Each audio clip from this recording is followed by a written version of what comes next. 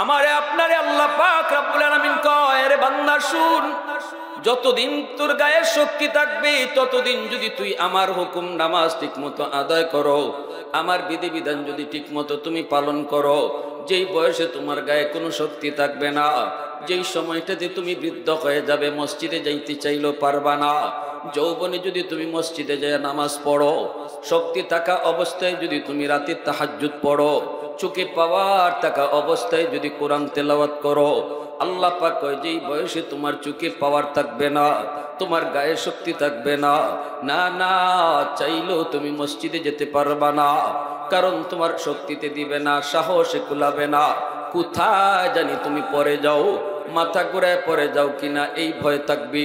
ঘরের ভিতরে তুমি নামাজ পড়ে নিবে, আল্লাহ কয় বান্দা তুমি পড়তেছো ঘরের ভিতরে নামাজ, মসজিদে যেতে পারো নাই, কিন্তু আল্লাহ পাক ফেরেশতাদেরকে আদেশ দিয়ে বলে, ফেরেশতারা শুন, আমার বান্দা যদিও ঘরে নামাজ আদায় করে তবুও তার আমল নামায় তোমরা ঘরের সওয়াব দিও না, বরং যৌবনে মসজিদে যায় যে নামাজ আদায় করত ওই মসজিদের সওয়াব তার আমল নামায় উঠায়া দাও। আমার বান্দার চোখে পাওয়ার ছিল যখন, তখন কোরআন তেলাওয়াত করত, শক্তি যখন ছিল তখন তাহাজ্জুদ পড়তো, এখন ঘুমায় রয়েছে, গায়ে শক্তি নাই।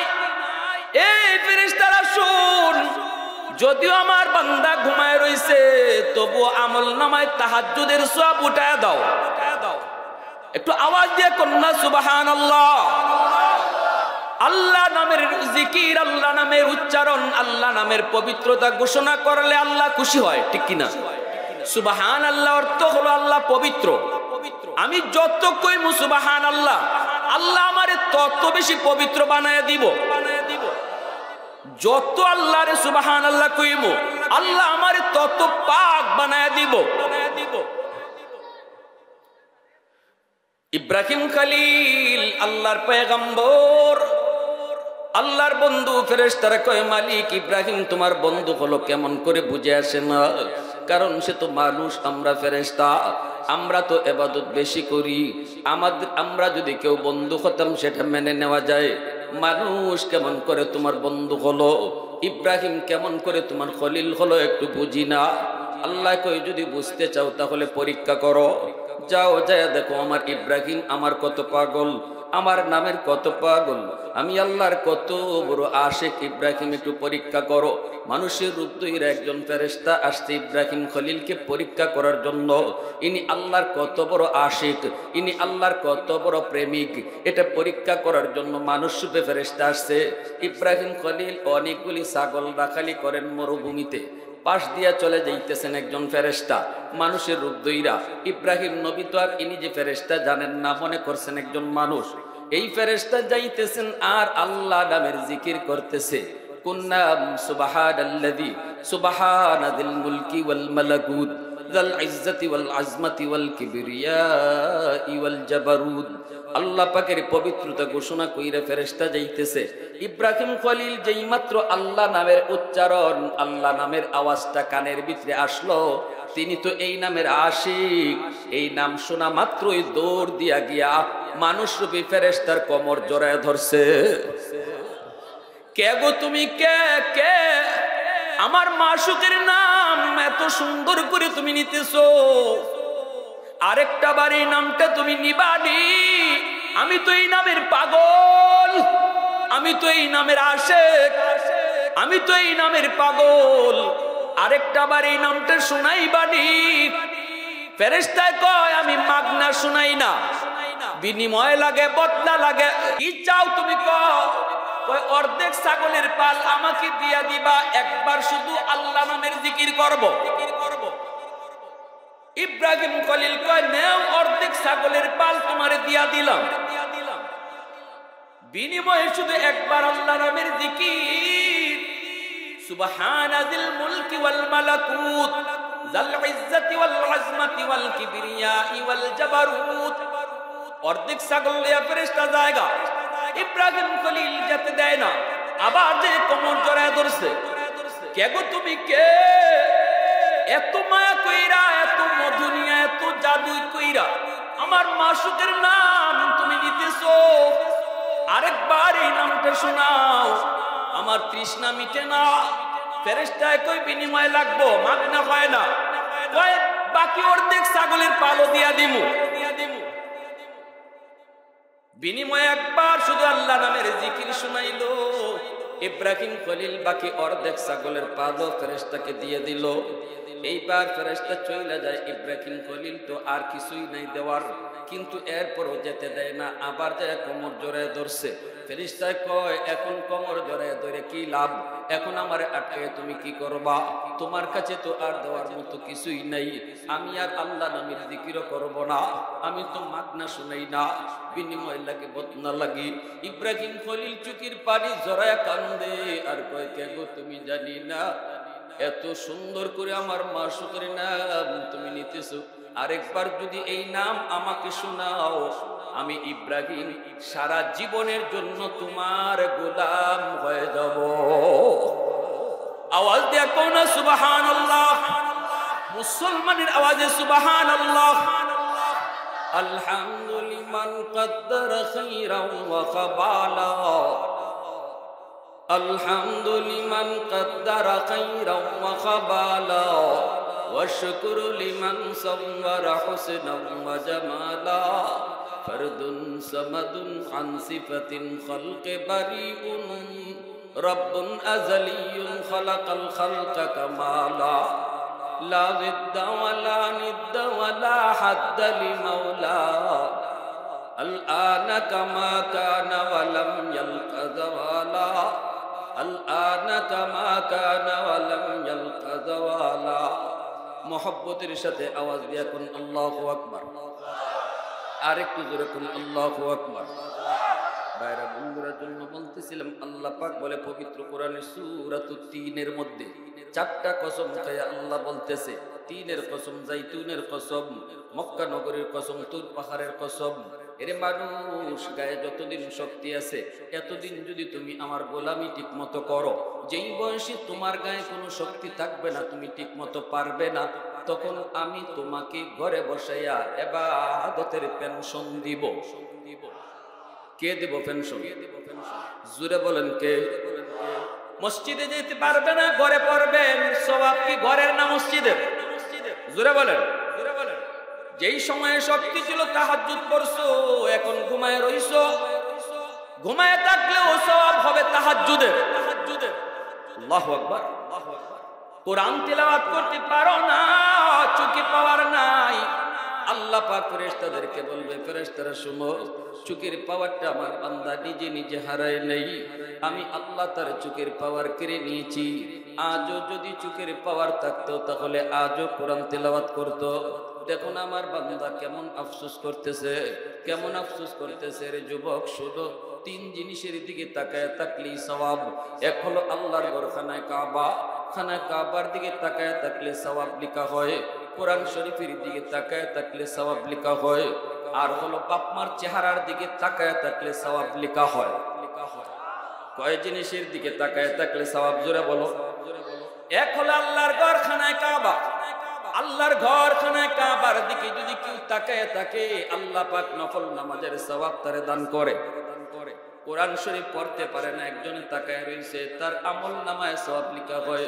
আর সন্তান যদি বাপ মার চেহারার দিকে মায়ের নজরে তাকায়, আল্লাহ পাক তার আমল নামায় কবুল হজের সওয়াব দেয়। মা বিন বালাদিন বারিন ইয়ানজুরু ইলা ওয়ালিদাইহি নাজরা রাহমাতিন ইল্লা কাতাবাল্লাহু লাহু বিকুল্লি নাজরাতিন হাজ্জাতাম মাবরুরা। হজ্জে মাবরুর নসিব হয়। এজন্য যেই সন্তান মারে বাবারে দুনিয়াতে খুশি রাইখা চলে, বাপ মার চেহারার দিকে মায়ের নজরে তাকায়, ঘর থেকে বের হতে মার চেহারার দিকে তাকায়, কয় আম্মা বাজারে যাইতেছি ওষুধ লাগবো নি, আব্বা বাজারে যাইতেছি কিছু লাগবো নি, এই কইয়া যতক্ষণ মা বাবার চেহারার দিকে যেই সন্তান বেশি বেশি তাকাইব, দুনিয়াতে তার আমল নামায় আল্লাহ কবুল হজ দিব। এজন্যই হাকিমুল উম্মত মুজাদ্দিদে মিল্লাত কয়, ফেরেশতারা তখন কয়, আল্লাহ এই সন্তান মা বাবার চেহারার দিকে তাকায়া তাকায়া অনেক কবুল হজ আদায় করছে, কবুল হজ জমা করছে, আল্লাহ তুমি দুনিয়াতে তারে বাস্তবে হজ করার তৌফিক দাও। এজন্য যেই সন্তানের উপরে বাপ মা রাজি থাকে, সে যদি গরিব হয়, হাকিমুল উম্মত থানভী রহমতুল্লাহ আলাইহি বলেন, আল্লাহ তাকে মৌতের আগে আগে মক্কা মদিনা জিয়ারত নসিব করায়। এরে যুবক, এজন্য বলতেছিলাম, শোনো, এই যৌবনকালটা আল্লাহর বড় দাম। যৌবনে আমাকে কিছুটা বলা হয়েছে কবরে আযাব সম্পর্কে বলার জন্য। মরণের সময় যেই যুবক দুনিয়াতে নামাজি ছিল, যেই যুবক যৌবনে আল্লাহর গোলামি করত, যেই যুবক যৌবনে বাপ মার সেবা করত, যেই যুবক যৌবনে মাথায় টুপি রাখত, যেই যুবক যৌবনে মুখে সুন্নতি দাঁড়িয়ে রাখত, যেই যুবক যৌবনে উলামায়ে কেরামকে তাজিম করত, যেই যুবক যৌবনে মুরব্বিদেরকে শ্রদ্ধা করত, যেই যুবক যৌবনে ওয়াজ মাহফিল করাইতো, যেই যুবক যৌবনে গানের আয়োজন করত না, আল্লাহ পাক হাদিসে কুদসিতে বলছে, এই যুবকের খাতিরে আমি আল্লাহ জমিন টিকায় রাখি। লাউলা মাশাইখু রুক্কা ওয়াশ শাবাবু খুশা ওয়াল আতফালু রুদ্দা ওয়াল আনআমু রুত্তা লাজআলতুস সামাআ হাদিদা ওয়াল আরদা খাফসাফা ওয়াত তুরাবা রামাদা ওয়ামা আনজালতু মিনাস সামাই কাতরা ওয়ামা আনবাততু মিনাল আরদি নাবাতা বাল আনজালতু আলাইকুমুল আযাবা সাব্বা। হাদিসে কুদসি বলছি, আল্লাহ পাক এর জমিন, ভালো করে শুন, এই জমিনে যেই পরিমাণ গুনাহ হয়, আমি আল্লাহ দেখতেছি কি পরিমাণ গুনাহ হয়। এরপরও আমি কেন এই মানুষকে আযাব দিয়া নগদ ধরি না জানুনি? 4 দলের কারণে। কয় দল? জোরে বলেন, কয় দল? এক দল হলো আল্লাহ পাক কয়, ওই বৃদ্ধ বান্দা বান্দিগুলি যাদের চুল দাড়ি সাদা হয়ে গেল, এরপরও সে নামাজ পড়ে সেজদা করে, কোমরে তার ব্যথা, হাঁটুতে তার ব্যথা, সেজদায় গেলে পরে তার রগটা মনে হয় ছিঁড়ে যায়, না রুকু করতে পারে না, বড় কষ্ট হয়।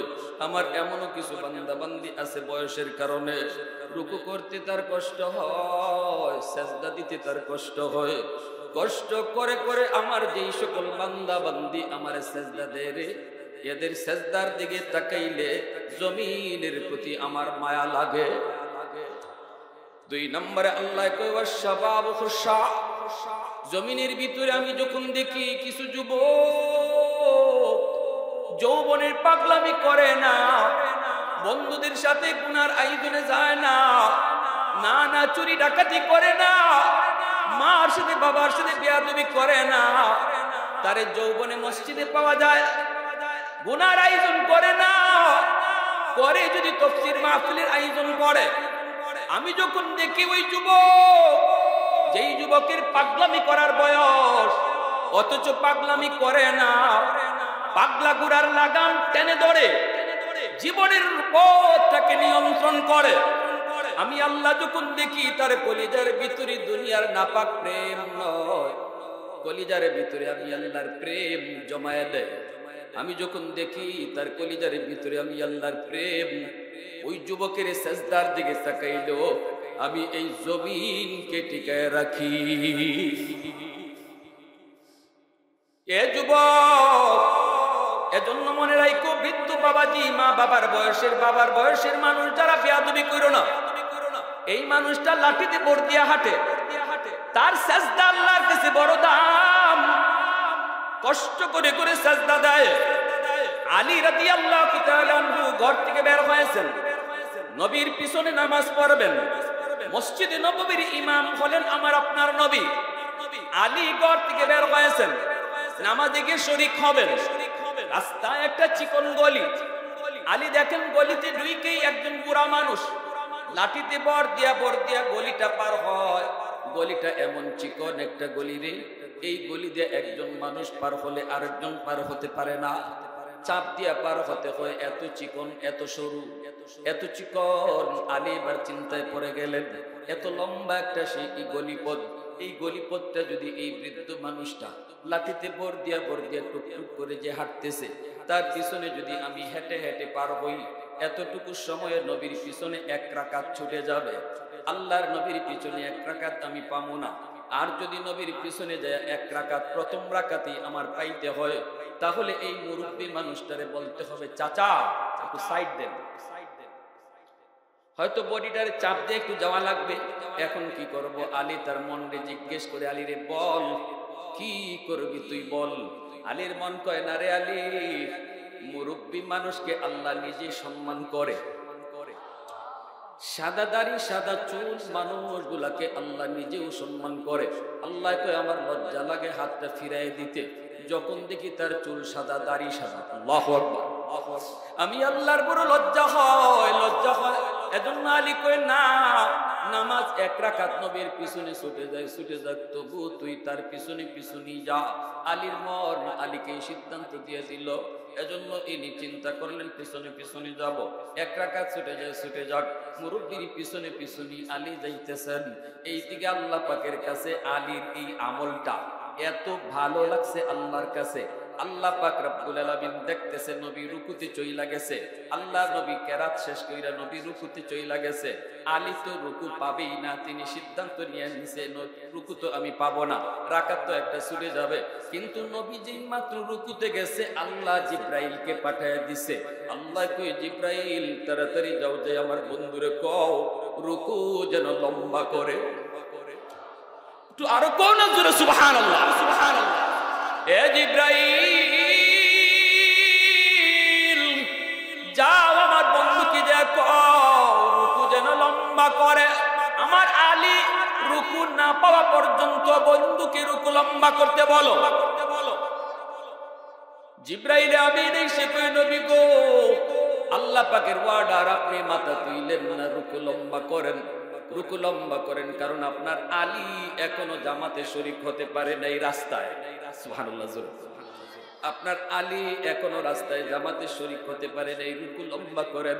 নবীজি তো নামাজের ভিতরে কথা বলতে পারেন না, নবীজি তো রুকু লম্বা করতেছেন, কিন্তু কেন আলী কেন দেরি করলো এই কথা তো নবী নামাজে বলতে পারেন না। ওয়ার্ডার পেয়েছেন, আল্লাহর নবী রুকু লম্বা করা শুরু করছেন। পিছনে সাহাবায়ে কেরাম তারাও এরকম রুকু লম্বা করতেছেন। কেউ তো কিছুই বুঝে না, কিছুই জানে না, কেন আল্লাহর নবী এত লম্বা রুকু করেন, জানার তো কথাও না। এইদিকে নবীর পাশে দাঁড়ায় রয়েছেন জিব্রাইল আমিন। হযরত আলী মসজিদের ভিতরে ঢুইকা দেখে আল্লাহ নবী রুকুতে। আলী তো চিন্তায় পড়ে গেলেন, হায় হায়, আমি তো ভাবছিলাম রুকু পাবো না, এখন যে দেখি নবীজি রুকুতে আছেন, কপাল তো আমার বালা। সাথে সাথে রুকুতে শরীক হয়ে গেছেন, মনের ভিতরে শান্তি। নামাজ শেষ হলে পরে আল্লাহর নবী, রহমতের নবী, মায়ার নবী, যেই মাত্র আলী আইসা রুকুতে শরীক হইছেন, তখনই জিব্রাইল কয়, নবী গো, এবার মাথা তুলেন, আপনার আলী রুকু পায়া গেছে। আর একটু জোরে কন্যা সুবহানাল্লাহ, আল্লাহু আকবার। নামাজ শেষ হলে পরে নবীজি মিম্বরে বসলেন। মিম্বরে বসে নবী বলতেছেন, সাহাবীরা সামনের দিকে আগাও। নবীজির সামনের দিকে সবাইকে আগাইতে বসলেন। এরপরে নবী বলতেছেন, প্রথম রাকাতের রুকুটা এত লম্বা কেন হলো? সবার মনে প্রশ্ন। সাহাবীরা কয়, হগ নবী প্রশ্ন, কিন্তু কেউ তো সাহস করে নবীরে কিছু কয় না, ঠিক না? আল্লাহ নবী কয়, এত লম্বা রুকু কেন হলো, এর কারণটা তোমরা এখনই বুঝবা। আলী, এ আলী, ও আলী। আলী তো পিছনে। আলী বলে, লাব্বাইক ইয়া রাসূলুল্লাহ। নবী বলতেছে, সামনে আসো। এখন তো সাহাবীরা বুঝছে মামলা তো বড় জটিল। রুকু কেন লম্বা হলো? নবী আলীরে ডাকতেছে। আল্লাহু আকবার, আল্লাহু আকবার। নবীজি সামনের দিকে আনায় বলতেছেন, আলী, আজ নামাজে আসতে দেরি করলা কেন? জামাতে আসতে দেরি করছো কেন বলো? আলী বলতেছেন, নবী গো, বেশি দেরি তো হয় নাই, আমি তো আপনাকে রুকুতে পাইছি। আল্লাহ নবী কয়, আলী রে, কেমনে রুকু পাইছো খবর আসেনি? জিব্রাইল আমাকে আল্লাহর আদেশে রুকু লম্বা করায়া দিছে, শুধু তোমাকে রুকু পাওয়ানোর জন্য। সুবহানাল্লাহ। এই কথা শোনা মাত্রই আলী সাথে সাথে হাওমাও করে কান্না শুরু করলেন। সিজদায় পড়ে কান্দে কই গো আল্লাহ, আজ আমার কারণে তোমার বন্ধুরে আল্লাহ তুমি কষ্ট দিছো। আমি আলী একটু আসতে দেরি করলাম, এজন্য আল্লাহ তোমার বন্ধুরে তুমি কষ্ট দিছো। আমার কারণে আজকে নবীর কষ্ট হয়েছে, আমার কারণে নবীর কষ্ট হয়েছে। ভাইরে, সাহাবায়ে কেরাম তো নবীর বিন্দু পরিমাণ কষ্ট দিতে রাজি না। জীবন যায় যাও, তবু নবীর গায়ে ফুলের কাঁটা লাগবে এটাও বরদাস্ত করতেন না। ঠিক ঠিক না? তাবুক যুদ্ধ আলী কাঁদবে না কেন? আলী কান্না করবেন না কেন? কে আলী? কে সে? তাবুক যুদ্ধ থেকে নবী ফিরতেছেন, আল্লাহ নবী আলীর উরাতে ঘুমাইতেছেন। আলী, আমি খুব ক্লান্ত, তোমার উরাতে একটু বিশ্রাম নেই। হযরত আলী বলে, রাসূলুল্লাহ বিশ্রাম নেন। নবীজি আলীর উরুতে একটু বিশ্রাম নিছেন। বিশ্রাম নিতে গিয়ে নবীজি চোখ লাগিয়ে গেছে গা। আর আলী ভাবছেন যে একটু পরে তো নবী উঠতেই যাবেন, আসরের নামাজ পড়েন নাই আলী। এই দিকে নবীর চোখ তো লেগে গেছে, আর লাগার কারণে সূর্য লাল হইয়া সূর্য ডুববে যাইতেছে। আলী পড়ছেন মহাবিপদে, এখন আমি কি করি? আমি কি নবীরে ডাক দিয়ে তুলমু, ইয়া রাসূলুল্লাহ উঠেন, আমার তো নামাজের কাজা হয়ে যেতেছে, সূর্য ডুববে যেতেছে, আসরে নামাজ পড়া হয় নাই, কি আমি কি নবীর ঘুম ভাঙাবো নাকি আমার নামাজ কাজা হয়ে যাবে? আলীর মন বলতেছে সাবধান আলী, সূর্য ডুবে যায় ডুবে যাক, তবুও রহমতের নবীর ঘুম ভাঙাবি না, আমার নবীর কষ্ট দেওয়া যাবে না। আলী আর ডাক দিলেনই না। আল্লাহ নবী ঘুম থেকে উঠলেন, আলীর চেহারা দেখে নবী বুঝতেছেন মহাবিপদ ঘটছে। চেহারায় বোঝা যায়, কারণ যে গুনাহ করার পর অশান্তি লাগে, আল্লাহ রসুল কয় বোঝা গেল তার ঈমান আছে। আর গুনাহ করার পরও যার অশান্তি লাগে না, রসুল কয় তার ঈমান নেই। এটা ঈমান মাপার স্কেল। মাল ঈমান ইয়া রাসূলুল্লাহ, ইজা সাররাতকা হাসানাতুকা ওয়া ইজা সাআতুকা সাইয়্যাতুকা ফাআনতা মুমিন। ঈমানের স্কেল বলে দিয়েছেন। যুবক, এখন তো নামাজ কাজা হইতে পারে, কাজাটা হওয়ার পরে যদি তোমার অস্থিরতা লাগে, হায় রে নামাজটা পড়তে পারলাম না, নামাজটা এখন ফেরেলে আল্লাহ ভুল করে নিয়েছি, এই অস্থিরতাটা যদি তোমার ভিতরে আসে, আল্লাহর রাসূল বলছেন এটা ঈমানের আলামত, ঈমানের আলামত। আলী তো স্থির হয়ে গেলেন। নবী বলতেছেন, আলী একটু বল কি হয়েছে, একটু বল। আলী বলতেছে, নবী গো, আসরের নামাজ পড়তে পারি নাই, সূর্য ডুবে গেছে। নবী বলতেছেন, আলী করছো কি এত বড় ভুল, আমারে তুমি ডাক দিলা না কেন?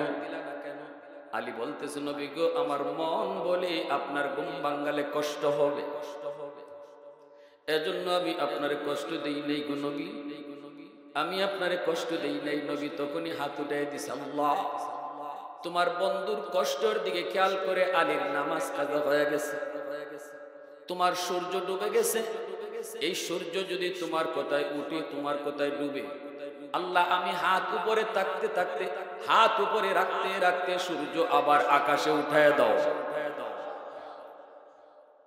ও মালিক, সূর্য যদি তোমার কথায় উঠে আর তোমার কথায় ডুবে, আমি নবী হাত উপরে রাখতে রাখতে সূর্য আবার আকাশে উঠাও, যেন আলী আমার আসরের নামাজ ওয়াক্ত মতো পড়তে পারে। রদ্দে শামস নামক কিতাবের ভিতরে লিখেন, আলী হাত উপরে থাকতে থাকতে আল্লাহ পাক সূর্য আবার আকাশে উঠায় দিছে, ডুবন্ত সূর্য আল্লাহ আবার আকাশে উঠায় দিছে। তারা তো বলেন নবীর এত বড় আসে, এজন্য আলী যেই মাত্র শুনলেন নবীজি আজকে রুকু লম্বা করছেন, আলীর জন্য নবীর রুকু লম্বা হয়েছে, আলী তো কান্না শুরু করে দিলেন, কাঁদতেছেন, ইয়া রাসূলুল্লাহ আমি তো বুঝি নাই, আমি তো বুঝি নাই গো নবী, আমার কারণে আজকে আপনি রুকু লম্বা করছেন। নবী কয়, আলী কাঁদবি পরে, আগে ক রাস্তায় কি হইছে। সুবহানাল্লাহ করুন। এ আলী একটু ক, এমন কোন আমল করছো যে আমলের কারণে আল্লাহ এত খুশি? আরে অনেকেই তো রুকু পায় না, এজন্য কি আল্লাহ আমারে রুকুতে লম্বা করে দেয়? কিন্তু আজকে তুমি এমন কি আমল করেছো যে আমলের কারণে আল্লাহ আমার রুকু লম্বা করে দিছে? আলী বলতেছে, নবী গো, আমি একটু চিকন গলি দিয়ে আসার পথে একজন মুরব্বীকে পাইলাম, লাঠি পুর দিয়ে তিনি হাঁটেন, মুরব্বী মানুষ আস্তে হাঁটে। আমি যদি আপনাকে প্রথম রাকাতে আইসা ধরতে হয়, তাহলে মুরব্বী মানুষকে একটু চাপ দিতে হয়, একটু কষ্ট দিতে হয়, কিন্তু আমার মন বলেছে, আলী রে না না, তুই মুরব্বীরে কষ্ট দিবি না, কারণ বয়স্ক মুরব্বী মানুষকে আল্লাহ নিজে সম্মান করে, আল্লাহ তার ইজ্জত দেয়, তুইও ইজ্জত দে, এজন্য আমি তার পিছনে পিছনে আইছি। এতে আমার দেরি হয়েছে, আমি তো ভাবছি এক রাকাত ছুটে যাবে, কোনো 2 রাকাত পাবো না, এই জন্যই আমার দেরি হয়েছে। আল্লাহর নবী মিম্বর থেকে নাইমা নবীর চোখ দিয়ে পানি পড়ে, নবী কান্দি, দৌড় দিয়ে আলীর বুকে জড়ায় কয়, আলী আয় আয় আমার বুকে আয়। সাহাবীরা দেখো বাবার বয়সের দাদার বয়সের মুরব্বীকে সম্মান করলে আল্লাহ কি পরিমাণ খুশি হয়। আল্লাহু আকবার। এজন্য ভাইরা বলতেছিলাম যে কথা আল্লাহ বলতেছে 4 দলের কারণে জমিন টিকায় রাখছি। একদল বৃদ্ধ যারা কষ্ট কইরা রুকু দেয়, দ্বিতীয় দল হলো যুবক, তৃতীয় দল হইল কিছু শিশু বাচ্চা ঘরে ঘরে আছে, এরা কান্না করবে যদি আযাব গজব নামে। গজব নামবে তো বাপমার গুনার কারণে, কিন্তু শিশু বাচ্চার তো কোনো দোষ নাই, তাদের উপরে নামাজ নাই, রোজা নাই, হজ নাই। ওয়াল আতফালু রুদ্দা, আল্লাহ বলে যখন দেখি শিশুরা জমিনে কান্দে আযাব গজবে ফিরা, তখনই জমিনের প্রতি আমার মায়া লাগে। ওয়াল আনআমু রুদ্দা, আল্লাহ বলে জমিনে যখন দেখি পশু পাখি হাঁস মুরগি এরাও গজবে ফিরে গেলে বিপদে পড়ে, অথচ পশু পাখির কোনো দোষ নাই, কোনো গুনাহ নাই, এদের দিকে তাকালেও জমিনের প্রতি আমার মায়া লাগে। এজন্য বলি যুবক, অহেতুক অযথা হাইওয়ানকে কষ্ট দিও না, কারণ তোমার মতো আমার মতো গুনাহগারকে আল্লাহ গজব দিয়ে শেষ করে দিত, ওই হাইওয়ানটার কারণে আল্লাহ বাঁচায় রাখছে। শিশু বাচ্চাগুলির কষ্ট দিও না।